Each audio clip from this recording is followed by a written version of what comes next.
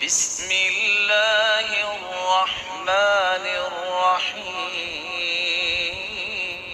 ربی اشرح لی صدری ویسر لی امری واحلل عقدۃ من لسانی یفقہوا قولی۔ بسم اللہ الرحمن الرحیم۔ السلام علیکم ورحمۃ اللہ وبرکاتہ۔ امید کرتی ہوں آپ سب لوگ خیریت سے ہوں گے۔ اللہ تعالیٰ مجھے اور آپ کو اپنی خاص رحمتوں کے سائے میں رکھے۔ ہر ذہین انسان کو سب سے پہلے قرآن کا علم حاصل کرنے کا شوق ضرور ہونا چاہیے، تاکہ علم حاصل کرنے جیسے مقدس مقصد کا آغاز کتاب اللہ کی تعلیم سے کیا جائے۔ اس طرح زندگی کے ہر معاملے میں برکت بھی پیدا ہوتی ہے اور منزلیں بھی آسان ہو جاتی ہیں۔ کسی بھی علم حاصل کرنے والی شخصیت کو یہ احساس کمتری نہیں ہونا چاہیے کہ میں ذہین نہیں ہوں، میرا حافظہ کمزور ہے، یا شدید محنت کرنا میرے لیے ممکن ہی نہیں، لہٰذا میرے لیے حفظ کرنا بہت مشکل امر ہے۔ یہ تمام باتیں نہایت کمزور وجوہات اور شیطانی وسوسے سے ہوتے ہیں، جنہیں ذوق و شوق بیدار رکھ کر محنت اور جدوجہد کے ذریعے سے ختم کیا جا سکتا ہے۔ پیدائش کے وقت کوئی انسان بھی علوم کا ماہر پیدا نہیں ہوتا، ہر کوئی بعد میں ہی سیکھتا ہے، اور اللہ تعالیٰ کا فرمان ہے وَاللَّهُ أَخْرَجَكُم مِّن بُطُونِ أُمَّهَاتِكُمْ لَا تَعْلَمُونَ شَيْئًا۔ اللہ تعالیٰ نے جب تمہیں تمہاری ماؤں کے پیٹوں سے نکالا تو تم کچھ بھی نہیں جانتے تھے، یعنی کوئی بھی شخص ماں کے رحم سے کچھ حاصل کر کے نہیں آیا تھا، بلکہ اپنی محنت اور شوق و رغبت سے ہی ہر مقصد کا حصول ممکن بناتا ہے۔ اس لیے اگر شوق بیدار کرنا ہے تو محنت سے کام لیا جائے۔ ذہانت و فطانت اور قوت حافظہ سے قطع نظر ہر طالب علم اپنے سینے کو قرآن سے منور کر سکتا ہے، اور صرف قرآن حفظ کرنا ہی اکتفا نہیں کیا جا سکتا اس پر، بلکہ قرآن کا ترجمہ پڑھنا اور تفاسیر کا مطالعہ کرنا بھی بہت ضروری ہے۔ اس لیے کہ دوران حفظ ہمیں تفاسیر کا مطالعہ کرنا شاید ممکن نہ لگے، لیکن ساتھ ساتھ وقت نکالنا چاہیے، کیونکہ طالب علم صرف قرآن کے الفاظ کو ہی زبانی یاد کر لے اور ان کے مفہوم سے بے بہرہ رہے تو حافظ قرآن سے کوئی یہ پوچھے کہ لِإِلَافِ قریش میں الاف کا کیا مطلب ہے، یا ان الانسان لربہ لکنود میں کنود کا کیا مطلب ہے، تو حافظ قرآن ان کے معنی سے لا علم ہو تو یہ طالب علم کی شخصیت میں علمی نقص شمار کیا جاتا ہے۔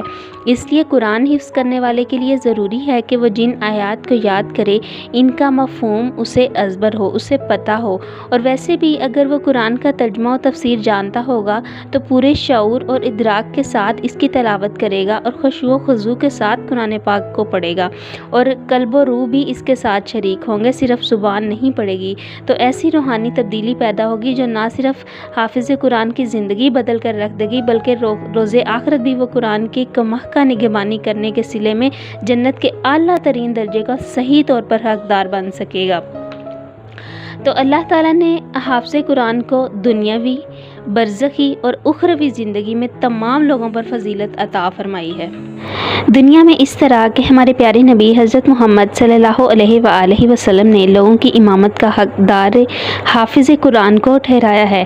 ہمارے پیارے نبی حضرت محمد صلی اللہ علیہ وآلہ وسلم نے فرمایا یا ام القوم اقرؤہم لکتاب اللہ، لوگوں کی امامت وہی شخص کروائے جو تمام لوگوں سے زیادہ قرآن پڑھا ہوا ہو۔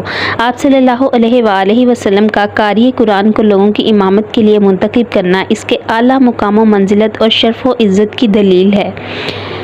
برزخی زندگی میں اعلیٰ مقام و مرتبہ کے حامل ہونے کی دلیل یہ ہے کہ جب جنگ احد کے موقع پر بہت سے صحابہ کرام رضی اللہ تعالیٰ عنہ شہید ہوئے تو ان کی الگ الگ تدفین کرنا مشکل محسوس ہوا، تو صحابہ رضی اللہ تعالیٰ عنہ نے نبی صلی اللہ علیہ وآلہ وسلم سے ایک ہی قبر میں 2 یا 3 شہداء کو دفن کرنے کی اجازت طلب کی، تو آپ صلی اللہ علیہ وآلہ وسلم نے اجازت مرحمت فرما دی، اور شہداء کی تدفین کے موقع پر آپ صلی اللہ علیہ وآلہ وسلم نے فرمایا ایہم اکثر آخذا للقرآن، ان میں سے قرآن زیادہ یاد رکھنے والا کون ہے؟ تو صحابہ کرام رضی اللہ تعالیٰ عنہ جس شہید کی طرف اشارہ کرتے آپ صلی اللہ علیہ وآلہ وسلم اسے پہلے قبر میں اتارتے۔